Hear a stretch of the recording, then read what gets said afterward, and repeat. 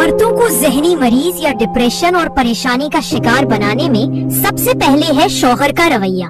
सबसे पहला और गहरा असर शौहर के सलूक का होता है। लापरवाही, तंज, बेइज्जती या सिर्फ खामोश रवैया भी औरत को अंदर से तोड़ देता है। सास ससुर और ससुराल का दबाव।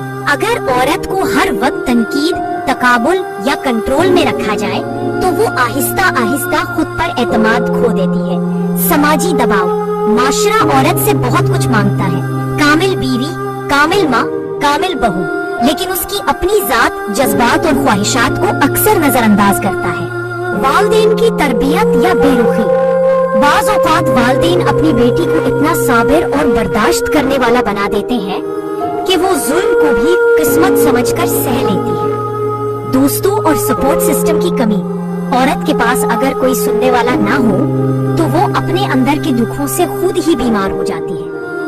खुद एतमादी की कमी। मुसलसल तनकीद या नाकामी उसे ये यकीन दिला देती है कि वो कुछ नहीं कर सकती। यही सोच ज़हनी बीमारी की जड़ है।